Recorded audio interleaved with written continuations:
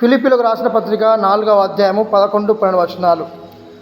నాకు కొదువ కలిగి నందున నేను ఇలాగూ చెప్పుటలేదు, నేను ఏ స్థితిలో ఉన్ననో ఆ స్థితిలో సంతృప్తి కలిగి నేర్చుకొని ఉన్నాను. దీన స్థితిలో ఎరుగుదును, సంపన్న స్థితిలో ఎరుగుదును.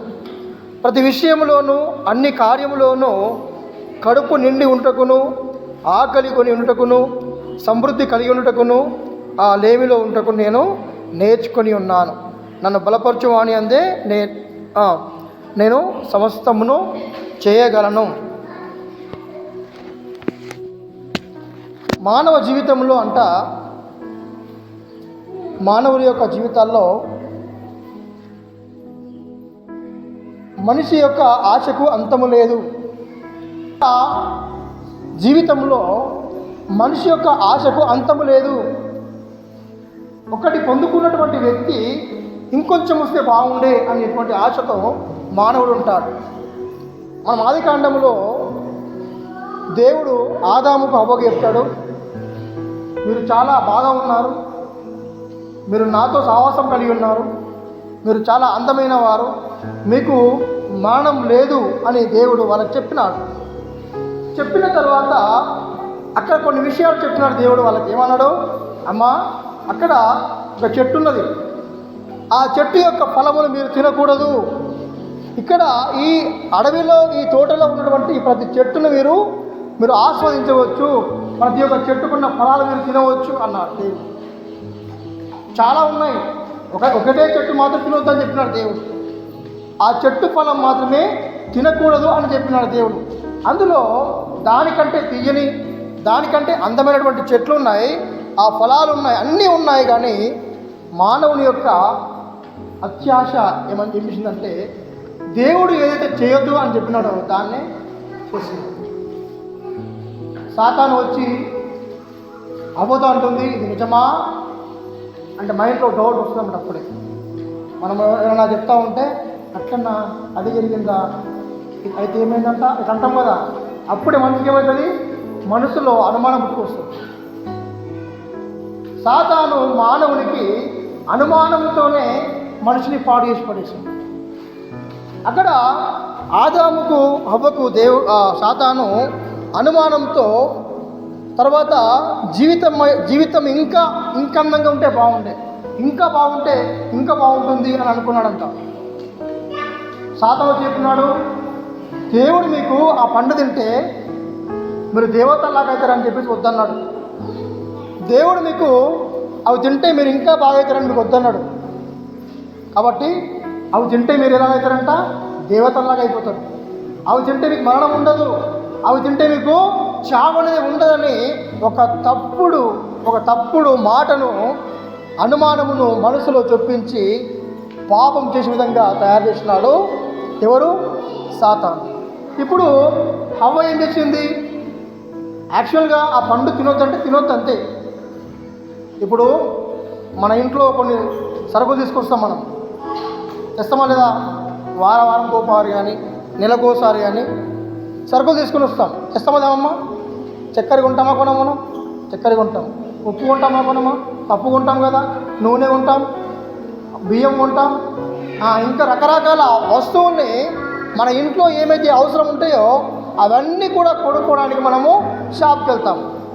షాప్కి వెళ్ళినప్పుడు మనకు కొన్ని తినకూడని వస్తువులు కూడా కొనుక్కొని వస్తాం. మనం సబ్బు ఉందనుకోండి, సబ్బు తింటామా? సబ్బు తీసుకుంటామా లేదా? మన ఇంట్లో అవసరం ఉంటుందా? సబ్బు అవసరం ఉంటుంది. కొన్ని ఇళ్ళల్లో ఫినాయిల్ కూడా తీసుకుంటారు. ఫినాయిల్ అంటే బాత్రూమ్ కడగడానికి కూడా తీసుకుంటారు. అవునా కదా? రకరకాల వస్తువులు తీసుకుంటాం. ఇప్పుడు కొన్ని ఆయిల్స్ మనము తినకూడని ఉంటాయి. ఫర్ ఎగ్జాంపుల్, ఇంతకుముందు రోజుల్లో గ్యాస్ నూనె ఉండేది. అదే అందరూ చూసిండొచ్చు, ఇక్కడ చాలామంది చూసినారు. కొంతమందికి గ్యాస్ నూనె తెలియదు, చిన్నపిల్లలకి తెలియదు. ఇప్పుడు గ్యాస్ నూనె మన ఇంట్లో అవసరం ఉండదమ్మా. అప్పుడు అవసరం ఉన్నాయి. ఇప్పుడు ఏం చేసినా తెచ్చుకున్నాం. మన పిల్లలకి మనం చెప్తాం, అరే నాన్న దీన్ని ఏమంటారంటే గ్యాస్ అంటారు బట్ గ్యాస్ లేదు, దీన్ని తినొద్దు, మనం దీన్ని తాగితే మన ఆరోగ్యం పాడవుతుందని చెప్తాం. ఇప్పుడు మన పిల్లలు ఒకవేళ తాగితే ఏమవుతుందమ్మా? ఆరోగ్యం పాడవుతుందా లేదా? ఆరోగ్యము పాడైపోతుంది. ఇప్పుడు దేవుడు చెప్పినటువంటి ఆ మాటను పెడచెవిన పెట్టేసి వినకుండా ఆదాము హవ్వ ఏదైతే చేయొద్దు అన్నాడో అది చేసినాడు. చేయడం వల్ల పాపం అనేది వచ్చింది. అంటే మనిషి జీవితంలో తృప్తి అనేది ఉండదు. మనిషి జీవితంలో తృప్తి ఉండదు. అన్నీ ఉంటాయి, ఇంకా కావాలి, ఇంకా కావాలి, ఇంకా కావాలని. అంటే మనిషి యొక్క ఆశకు అంతం లేదు. మనిషి యొక్క ఆశకు అంతం లేదు. మనము ఇశ్రాయేలు జనాంగం గురించి ఆలోచిస్తే నిర్గమకాండంలో ఐగుప్తులో నుంచి మోషే ఇశ్రాయేలు జనాంగాన్ని తీసుకొని వస్తాడు బయటికి. ఎందుకంటే మన దేశం అది కాదు, మన దేశం కనాను దేశము, మన వాళ్ళందరూ కూడా అక్కడికి వెళ్ళిపోవాలని చెప్పేసి మోషే ఐగుప్తులో బానిసలుగా అక్కడ పని చేస్తూ వారి చేత గట్టి చట్టలు చేయించుకుంటున్నటువంటి ఆ సందర్భంలో అక్కడి నుంచి తమ ప్రజలందరూ కూడా తీసుకొని బయటకు వచ్చినారు. బయటికి వస్తూ ఉన్నప్పుడు దేవుడు మోషేకి ఆజ్ఞాపించినాడు, మోషే వారిని తీసుకొని కనాను దేశానికి వెళ్ళిపో అని చెప్పినాడు. ఒకవేళ ఆయన అరణ్యం గుండా ప్రయాణం చేస్తూ ఉన్నప్పుడు వారికి అన్నం పెట్టాడా దేవుడు? దేవుడే రమ్మన్నాడు వాళ్ళని. దేవుడే రమ్మన్నప్పుడు వారికి అన్నం పెట్టలేడా? వారికి నీళ్ళు ఇవ్వలేడా దేవుడు? కానీ దేవుడు వారికి అన్నీ ఇస్తూ ఉన్నాడు. మీరు ఇక్కడ ఈ అధ్యాయం చదువుతూ ఉంటే వారికి ఆకలినప్పుడంట దేవుడు ఆకాశం నుంచి మన్నా కురిపించినాడు. ఇక్కడ ఏమనుందమ్మా, దానికి వారు మన్నా అని పేరు పెట్టి రాయబడింది. మన్నా అంటే పరలోక రాజ్యంలో దేవదూతలు తినేటువంటి ఆహారం. ఎవరంట? దేవదూతలు తినే ఆహారం. దేవదూతలు తినేటువంటి ఆహారంలో దేవుడు ఆకాశం నుంచి ఆ వారి దగ్గర గుడిపించినప్పుడు వాళ్ళు తీసుకొని తిన్నారు. అది ఎంతో ఆరోగ్యానికి మంచిది.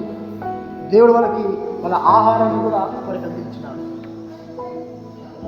ఒకసారి మోషే దగ్గరికి వచ్చి, మోషే ఎంత మమ్మల్ని ఇబ్బంది పెడతా ఉన్నావు, అరణ్యం నడిపిస్తూ ఉన్నావు, నీళ్ళు లేవు తాగడానికి, మా పిల్లలు చచ్చిపోతున్నారని చెప్పేసి మోషే చదువుకుంటారు వాళ్ళు. దేవుడు నడిపిస్తూ ఉన్నాడు. దేవుడు వారికి ఆజ్ఞాపించినాడు, మీరు రండి, మీరు సాయం చేస్తున్నాడు. నడిపించేటువంటి దేవుడు వారికి సాయం చేయలేడా? అయినా కూడా వాళ్ళకి ఇంకా అనుమానం. మోషే ఒక రాయిని కొట్టగానే ఆ రాయి నుంచి నీళ్ళు వచ్చినాయి. ఇప్పటికీ ఆ రాయి ఉంది. మనం ఏదైతే చెప్పుకుంటాం చూడు, ఇది ఒక కథలకు కాదు. ఇప్పటికి కూడా మోషే ఏ రాయిని కొట్టినాడో, ఏ రాయిని కొడితే నీళ్ళు వచ్చినాయో ఆ రాయి ఇంకా ఉంది సజీవంగా. అక్కడ వాళ్ళు నీళ్ళు తాగిన, సమృద్ధిగా నీళ్ళు ఇచ్చినాడు దేవుడు, అన్నీ ఇస్తూ ఉన్నాడు. ఇక్కడ చదువుకుంటున్న వాక్య భాగంలో ఒక మాట చెప్పినాడు, అయ్యా మీకు మన్నా ఇస్తున్నా నేను, 6 దినములు మీకు సమృద్ధిగా మన్నా ఇస్తాను, సమృద్ధిగా తినండి మీరు అన్నాడు. మీకోసము, మీ ఇంటి వారి కోసము, అందరి పిల్లల కోసం, అందరి కోసము మీరు తీసి పెట్టుకోనండి అన్నాడు. కానీ ఒక మాట చెప్పినాడు, మీకు అవసరమైన దానికంటే ఎక్కువగా తీసుకోవద్దు అన్నాడు. అర్థమైందమ్మా? మీకు అవసరమైన దానికంటే ఎక్కువగా తీసుకోవద్దు. మీ ఇంట్లో ఎంతమంది అయితే ఉన్నారో అంతమంది మాత్రం వాళ్ళ కోసం మాత్రమే ఆ మన్నాను తీసుకురండి అని చెప్పినాడు. ఆ తర్వాత 7వ దినమున విశ్రాంతి దినము కనుక ఆ రోజు మన్నా కురవదు. మీరు 6 దినములు మన్నా భుజించిన తర్వాత 7వ దినము కోసము మన్నాను భద్రపరచుకోండి అని చెప్పినాడు. ఒక్కరోజు కోసం మాత్రం. కొంతమంది ఏం చేస్తున్నారు అంటే, మోషే అన్నీ చెప్పిన తర్వాత కొంతమంది విని వారికి ఎంతైతే అవసరం ఉందో అంత మాత్రమే తీసుకున్నారు. అంత మాత్రమే తీసుకొని వాళ్ళు వాళ్ళ కడుపు నింపుకున్నారు, మంచిగా నీళ్ళు తాగినారు, వాళ్ళ కుటుంబాలు చాలా బాగా ఉన్నాయి. కొంతమందికి ఏమైందంటే అత్యాశ, ఇంకొంచెం దాచిపెట్టుకుందాం, దేవుడు ఇచ్చింది కదా, ఇది భూమి మీద ఇలా వేస్ట్ అయిపోతుంది, అది కొద్ది బాగానే ఎండిపోతుంది, లేకపోతే ఆవిరైపోతుంది అని చెప్పేసి వాళ్ళు ఏం చేసినారంటే తీసుకుని వెళ్ళి కుండల్లో కొంచెం దాచిపెట్టుకున్నారు. వారికి అవసరమైన దానికంటే ఎక్కువగా దాపెట్టుకున్నారు వాళ్ళు. మోషే చెప్పినంటే, అమ్మా అయ్యా మీకు ఎంతైతే అవసరమో, మీకు ఎంతమంది పిల్లలు ఉన్నారో వారి కోసము, మీ భార్యల కోసము, భర్త కోసము, అందరి కోసము దాచిపెట్టుకునండి అని చెప్పినాడు. కానీ వారికి ఎంతైతే అవసరమో అంతకంటే ఎక్కువగా దాచిపెట్టుకున్నారు కొంతమంది. అది ఉదయం లేవగానే పురుగులు పట్టి కుళ్ళు పట్టిపోయిందంట. అక్కడ కింద రాయబడి ఉంది, చూడండి ఆ మాట చదువుతాను నేను. 20 అయితే వారు మోషే మాట వినక కొందరు ఉదయం వరకు దానిలో కొంచెము మిగిల్చుకొనగా అది పురుగు పట్టి కంపు కొట్టెను. మోషే మాట వినలేదు వాళ్ళు. అయ్యా, మీకు ఎంత అవసరం ఉందో మీరు తినండి, కడుపు నింపుకోండి, మళ్ళీ మీకు దేవుడు ఇస్తాడు, మళ్ళీ ఆకాశం నుంచి మన్నా కురుస్తుంది, మీకు నీళ్ళు ఇస్తాడు దేవుడు, అన్నీ వస్తాయి, మీరు దాచిపెట్టుకోవాల్సిన అవసరం లేదంటే మళ్ళీ ఏం చేసినట్టే వాళ్ళు దాచిపెట్టుకున్నారు. వారు మోషే మాట వినక వారు మిగిలింది దాచిపెట్టుకునగా అది పురుగులు పట్టి కంపు కొట్టెను అని రాయబడి ఉంది. అంటే మనిషి జీవితంలో ఎందుకు చెప్పినట్టు వాక్యాన్ని, మనిషి జీవితంలో తృప్తి కలిగి ఉండాలి. మనకు తృప్తి కలిగిన జీవితం లేకపోతే చాలా కష్టపడాల్సి వస్తుంది. జీవితంలో తృప్తి లేని జీవితం అంట ఏమైనా చేయడానికి ఇష్టపడుతుంది. అమ్మ వినండి, తృప్తి లేని జీవితం అంట ఏమైనా చేయడానికి ఇష్టపడుతుంది అంట. ఇప్పుడు అవసరం కదా, మనకు అవసరం, అది మనకు అవసరానికి మించినటువంటి కొంతమంది తీసుకుంటూ ఉంటారు. ఇప్పుడు మనకు ఫర్ ఎగ్జాంపుల్ నేను ఉన్నాను అనుకోండి, నేను ఒక 500 రూపాయలు ఒక ప్యాంటు షర్ట్ కొనుక్కుంటాను, అది ఎనఫ్ చాలు. అదే 5,000 పెట్టి 10,000 పెట్టి బట్ట కొనుక్కుంటే ఏమవుతామా, అది విలాసం అవుతుంది. అంటే 10 మందిలో చూపించుకోవడానికి, గొప్పగా చెప్పుకోవడానికి నేను ఒక మంచి డ్రెస్ వేసుకొని తిరిగితే ఏమవుతుంది, అప్పుల పాలైపోతాం.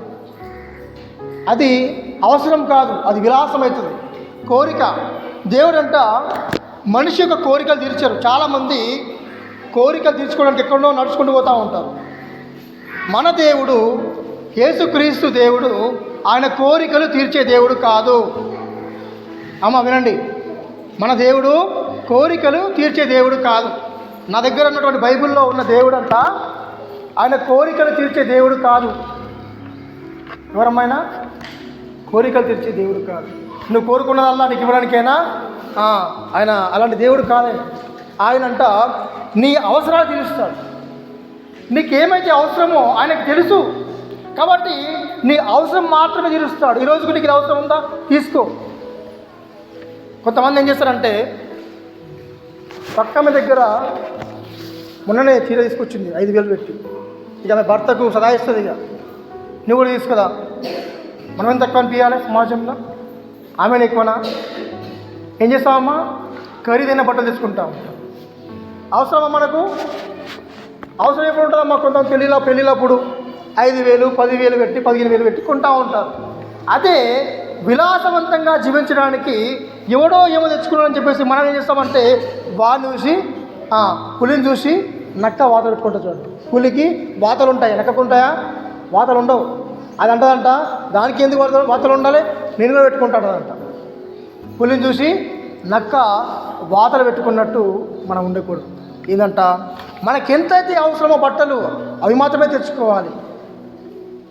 అంటే 10 మందిలో గొప్పగా అనిపించాలి కదా. అంటే నేను ఏమంటున్నా అంటే, నీ దగ్గర డబ్బులు ఉన్నాయనుకుంటే తెచ్చుకో, 10,000 బట్టలు తెచ్చుకో. కొంతమంది ఏం చేస్తారంటే, వారి దగ్గర డబ్బు లేకున్నా ఎవరి దగ్గర నువ్వు అప్పు అయినా తెచ్చైనా ఏమంటారంటే, భార్య నువ్వు సాయంత్రం కల్లా నాకు 10,000 తెచ్చేయకపోతే బాగుండదు. లేవమ్మా అంటే, అప్పు దేశాలు తీసుకురా, అప్పు ఇవ్వట్లేదు అంటే ఇంట్రెస్ట్ అయినా తీసుకురా, కానీ నాకు డబ్బు తెచ్చి అని కొట్లాడుతూ ఉంటారు. విలాసవంతంగా జీవించడము మంచిది కాదని చెప్పట్లేదు, కానీ మనకెంతైతే మన శక్తి ఉంటుందో అంత మాత్రమే తెచ్చుకోవడానికి మనం ప్రయత్నం చేయాలి. ఖరీదైన వస్త్రములు ధరించుకోండి కాదని కాదు, కానీ అప్పులు చేసి మాత్రం మనము కొనుక్కోకూడదు. తర్వాత నివాసము ఇల్లు కూడా, ఇల్లు అంటే అందరికీ అవసరం లేదని కాదు, కానీ మన శక్తి ఎంత ఉంది అంత మాత్రమే ప్రయత్నం చేసుకోవాలి, లేకపోతే చాలా కష్టం వస్తుంది. విద్య, ఆరోగ్య సంరక్షణ. కొంతమంది మొన్న ఒక నిజంగా జరిగిన సంఘటన విన్నాను. ఏం జరిగిందంటే, వాళ్ళకి లేక కొడుకు పుట్టినాడు. కొడుకు పుట్టిన తర్వాత ఫస్ట్ ఇయర్ బర్త్డే జరుపుకోవడానికి వాళ్ళ భార్య అన్నది, మన ఫ్యామిలీ చాలా పెద్దది, మన కుటుంబం చాలా పెద్దది, అందరు చదువుకున్న వాళ్ళు ఉంటారు, అందరు బాగా చదివిన వాళ్ళే వస్తారు, మంచిగా గ్రాండ్గా చేద్దామని చెప్పేసి 4 లక్షల అప్పు చేయించి భర్తతోటి, అమ్మ వినండి, 4 లక్షల అప్పు చేయించి భర్తతో ప్రోగ్రాం పెట్టించింది. అందరు పిలిచినారు, మంచి మంచి ఫుడ్ తయారు చేయించారు, సూపర్ స్వీట్లు, మటన్, చికెన్ అన్నీ చేయించినారు. వినండమ్మా, ఇది మనకు అందరికీ అవసరం కాబట్టి చెప్తున్నాను. అన్నీ చేయించినారు. ఆయన అనుకున్నంట బంధువులు బాగానే వస్తున్నారు, చాలామంది వస్తున్నారు కాబట్టి నాకు మంచి గిఫ్ట్లు వస్తాయి అనుకున్నాను. డబ్బులు కామన్గా పెడతాం కదా, బర్త్డే ఉన్నప్పుడు 100 రూపాయలు 50 రూపాయలు పెడతా ఉంటాం కదమ్మా అనుకున్నంట. ఇక బంధువులు చాలా వస్తున్నారు, అందరూ మంచిగా వస్తున్నారు, హ్యాపీ బర్త్డే అని చెప్పి ఇక మంచిగా తిని వెళ్ళిపోతూ ఉన్నారు. అందరూ తెచ్చినన్ని గిఫ్ట్లు, ఒకటి తెచ్చింది ఫోటో ఒకటి తీసుకొచ్చే, అక్కడేమో గిన్నె తీసుకొచ్చే, గిలాస్ తీసుకొచ్చే, అన్నీ గిఫ్ట్లు తీసుకొచ్చినట్ట. ఇప్పుడు బర్త్డే అయిపోయిన తర్వాత ఆయన ఏమైనా కానుకలు వచ్చినాయేమో డబ్బులని చెక్ చేసుకుంటే ఏం లేవు. అన్నీ గిన్నెలు, గ్లాసులు, పుస్తకాలు, ఒక వాచ్, ఫోటోలు, అదే కదా తెచ్చేది. మళ్ళీ దాని మీద పేరు రాసుకుంటారు, గిఫ్టెడ్ బై అని రాసుకుంటారు, పేరు రాసుకుంటారు. అందరు ఇచ్చిరు, వెళ్ళిపోయారు, తిందరు, బాగా తిని వెళ్ళిపోయారు. ఇప్పుడు ఏమైందమ్మా లాస్ట్కి భర్తకి ఏమైంది? 4 లక్షల అప్పు అయిపోయింది. 4 లక్షల అప్పు అయిపోయింది. భారమా కాదా? ఆయన అనుకున్నాడు బంధువులు చదువుకున్న వాళ్ళు బాగా వస్తారు మా దగ్గరికి, అందరూ చదువుకున్న వాళ్ళే, జాబ్ ఉన్న వాళ్ళందరూ, ఎవరు కూడా డబ్బులు పెట్టలేదు. అందరూ ఏమంటాం మోతేవారు అంటాం కదా, మోతేవారిలా గిఫ్ట్లు తెచ్చి చెల్లిపోయినారు. 4 లక్షల అప్పు అయిపోయింది. మళ్ళీ నెక్స్ట్ ఇయర్ మళ్ళీ వచ్చింది, సెకండ్ ఇయర్ బర్త్డే. మళ్ళీ అన్నది పోయినసారి బాగా చేసినాం కదా అయ్యా, ఈసారి కూడా మంచిగా చేద్దామని చెప్పిస్తుందంట. రెండవసారి కూడా అలాగే చేయించింది భార్య. ఇది కేవలము ఆ భార్య ఆ బలవంతం మీద ఆ భర్త మళ్ళీ 4 లక్షలు అప్పు చేసిందంట. మళ్ళీ అప్పు చేస్తే మళ్ళీ అలాగే జరిగింది. 8 లక్షల అప్పు అయింది. 8 లక్షల అప్పుకు ఇప్పుడు భర్త ఏం చేయాలమ్మా? అప్పుల వాళ్ళు వస్తున్నారంట, ఇంటికి వచ్చి తిడుతూ ఉన్నారు. ఎప్పుడు కడతావు, ఇంట్రెస్ట్ ఎప్పుడు కడతావు, డబ్బులు ఎప్పుడు ఇస్తావు అని భయంకరంగా తిడుతూ ఉన్నారు. ఆ భర్తకు తట్టుకోలేకపోతున్నాడు. ఆదాయం తక్కువ, జాబ్ ఏమో మనం ఏమంటామంటే ఒక మాట ఉంది, హిందీలో మాట చెప్తారు, ఆటన కమానా రూపాయి ఖర్చు కర్ణ, ఆమ్దాని ఆటన ఎంతమ్మా రూపాయి ఖర్చు. ఆమ్దాని ఎంత ఉందంట? ఆటనే ఉంటుంది. ఆటన అంటే 50 పైసలు, వాడు ఖర్చు పెట్టేది ఎంత? రూపాయి. మనం అనుకుంటాం వాళ్ళ దగ్గర ఎంత పైసలు ఉన్నాయో, వాడైతే తీసుమార్కాడు అనుకుంటాం మనం. ఏముండదు. ఆమ్దాని మాటన ఖర్చు ఏమో రూపాయి. ఇప్పుడు 8 లక్షల అప్పు అయిపోయింది. నాకు నెత్తి పాడైపోతుంది, అప్పుల వాళ్ళు వస్తున్నారు, తట్టుకోలేకపోతున్నాడు. భార్యకు వచ్చి చెప్పినంట, నేనైతే బతకడం కష్టం, నాకు సురేస్తలేదు. నాకు నా ఇంటికి వచ్చి మన ఇంటికి వచ్చి అందరూ ఇలా అరుస్తూ ఉంటే పక్క వాళ్ళు చూసి, వాళ్ళు చూసి, వీళ్ళు చూసి అందరు ఏమనుకుంటారు, నేను తట్టుకోలేను అని చెప్పేసి భార్యకు చెప్పి ఆయన మంచిగానే ఉండే వద్దు అని చెప్పేసి భార్య చెప్తే కూడా వినకుండా సాయంత్రానికి నదిలో దూకి చనిపోయినాడు. అమ్మ ఇది నిజంగా జరిగింది, అబద్ధం కాదు, ఇది స్టోరీ కాదు, నిజంగా జరిగిన స్టోరీ. ఆయన నదిలో దూకి చనిపోయిన తర్వాత ఇప్పుడు ఏమైంది? భార్యకు 8 లక్షలు అప్పు పడ్డది. కొడుకులు అనాథలైపోయినారు, భార్య అనాథలైపోయినారు. అంటే ఒక్క చిన్న తప్పు వల్ల ప్రాణాలు కూడా పోయే అవకాశం ఉంది. అంటే అప్పు అంటే అంత మనిషిని పాడు చేస్తుంది. అప్పు అంత భయంకరంగా మనిషిని చివరికి ప్రాణం కూడా తీసుకుంటుందంట, అంత భయంకరమైనది. ఎందుకంటే నా అనుభవం కూడా మీకు చెప్తా ఉన్నాను. చాలా కష్టాల గుండా నేను వచ్చాను. ఏదో మంచిగా ఉండి నేను రాలేదు, చాలా కష్టాలు పడ్డాను. కానీ ఇప్పటికి కూడా కొన్ని ఉన్నాయి. కానీ దేవుని దయ వల్ల నాకు దేవుడు సాయం చేస్తున్నాడు కాబట్టి నేను ఇంకా ఇలా ఉన్నాను. మనం ఏం చేయాలంటే మనకి ఎంతైతే అవసరమో, మనకి ఏమైతే అవసరం ఉంటుందో అది మాత్రమే తీసుకునే ప్రయత్నం చేయాలి. ఇక్కడ చదివాం ఇంతకుముందు, చదవమ్మా ఫిలిప్పీ రాసిన పత్రిక 4వ అధ్యాయము 12వ వచనం 11. నాకు కొదువ కలిగి నందున ఇలాగ చెప్పడలేదు, నేను ఏ స్థితిలో ఉన్నాను ఆ స్థితిలో సంతృప్తి కలిగి ఉండ నేర్చుకొని ఉన్నాను. ఏ స్థితిలో ఉన్నా, కొంతమంది అంటారు నాకేం పెట్టని తింటా, కొంతమందికి అయితే ఫిల్టర్ వాటర్ అయితే నేను తాగుతున్నాను, వేరే తాగా ఇలా చెప్తారు. కొంతమంది పార్సల్ కానీ ఎవరైనా ఉంటే వాళ్ళకి ఏంటంటే ఇక వాళ్ళు పెద్ద సార్ లేక ఫీల్ అయిపోతూ ఉంటారు. నేను అది మాత్రం తింటాను, లేకపోతే తినను. లేకపోతే వాళ్ళు ఎట్లాంటిగా మోతెవరు లేక ఉంటారు అనమాట. ఏముండదు వాళ్ళ దగ్గర, ఏముండదు. కానీ బయట మాత్రం పోజులు బాగా కొడుతూ ఉంటారు. చెప్పాను కదా, మనకు ఏదైతే ఉందో దానితో మనము తృప్తి కలిగి ఉండాలి. కొంతమంది అంటారు బతుకుంటే మంచినీళ్ళు తాగైనా బతుకోవచ్చు అంటారు. బతుకుంటే మంచినీళ్ళు తాగి కూడా బతుకోవచ్చు, లేకపోతే కారం రొట్టె తినన్నా బతుకోవచ్చు. కానీ అప్పులు మాత్రము చేయొద్దు. ఎందుకు చెప్తున్నా అంటే అమ్మ, ఇవి సమాజంలో జరుగుతున్నాయి. ఇవన్నీ కూడా గొప్పలకు పోయి, ముఖ్యంగా స్త్రీలు ఏం చేస్తారంటే భర్తలకు చాలా ఇబ్బంది పెడతా ఉంటారు. పక్క ఆమె దగ్గర బంగారం ఉంది, ఆమె దగ్గర గొలుసులు ఉన్నాయి, ఆమె దగ్గర కమ్మలు ఉన్నాయి, అవి ఉన్నాయి అని చెప్పేసి ఏం చేస్తామంటే భర్తలు సతాయిస్తూ ఉంటారు. తక్కువ దగ్గర టీవీ ఉంది, ఫ్రిడ్జ్ ఉన్నది, అది ఉందని చెప్పేసి మనకు అవసరం ఉన్నా లేకుండా బలవంతంగా తెప్పిస్తూ ఉంటాం. అది ఏమవుతుందంటే చివరికి అప్పులైపోయి పార్టీస్ అని, లేకపోతే శ్రీమంతాలని, లేకపోతే అమ్మాయి ప్రోగ్రామ్స్ అని జరుపుతూ ఉంటారు. కొంతమంది డబ్బు లేకున్నా కానీ అప్పు చేస్తూ ఉన్నారు. డబ్బు లేకున్నా అప్పు చేసినా చేస్తూ ఉన్నారు. అమ్మ, నేను ఒక మాట చెప్తాను, మీరు గమనించండి. నా తిట్టుకున్నా పర్లేదు, కానీ అమ్మాయి ప్రోగ్రామ్ను ఎవరు కూడా చేయొద్దు. అర్థమైందమ్మా? అమ్మాయి పెద్దవాళ్ళు అయితే కదా, ఆ ప్రోగ్రాం చేయడము మనం మంచిది కాదు. విలాసవంతంగా మనం ఖర్చు పెట్టుకోకూడదు. మనకెంత శక్తి ఉందో అది మాత్రం చేసుకోగలగా. నీ ఇంట్లో అవసరం ఉందా? నీ ఇంట్లో ఒక చిన్న ప్రోగ్రాం పెట్టుకో, నీ ఇంట్లో ఒక చిన్న ప్రార్థన పెట్టుకొని నువ్వే చేసుకో. అందరికీ మనము పెద్దగా ప్రోగ్రాం పెట్టుకొని అప్పులు చేసుకొని మనము ఇబ్బంది పడకూడదు. ఏమంటారంటే, అన్న ఊరోళ్ళు ఏమనుకుంటారు, అన్న బంధువులు ఏమనుకుంటారు, అన్న మా వినండి. ఊరోళ్ళు ఏమనుకుంటే మనకేంది? ఇప్పుడు నీకు అప్పు అయిందనుకో, ఊరోళ్ళు వచ్చి తీస్తారా అమ్మ? తీయరు. బంధువులు వచ్చి హెల్ప్ చేస్తారా? ఎవరు రాడు. మనకెంత కష్టం ఉన్నా బంధువు రాడు, ఊరోడు ఎవరు రాడు. ఎలాగంట, పేదవాడిగా ఉండడం నేర్చుకోవాలి, ధనవంతుడు ఉండడం కూడా నేర్చుకోవాలి. కొన్ని సందర్భాల్లో డబ్బులు బాగా ఉంటాయి, ఒక్కోసారి డబ్బులు ఉన్నప్పుడు మంచిగా ఉండండి, తప్పేం లేదు. అదే పేదవాడికి ఉన్నాం అనుకోండి, ఏమి లేదు. మనకి ఎంతైతే ఆదాయం వస్తుందో, ఎంత కష్టపడుతున్నామో. ఈరోజు నాకు 500 నేను సంపాదించినాను, 500 300 ఖర్చు పెట్టుకోనండి, 200 రూపాయలు జమ చేసుకోనండి, అంతే కదా. మరి నాకు 500 వస్తే 1000 ఖర్చు పెట్టుకుంటే అప్పు కదా, అవునా కదా? అంటే చాలామంది ఇలా చేస్తూ ఉన్నారు.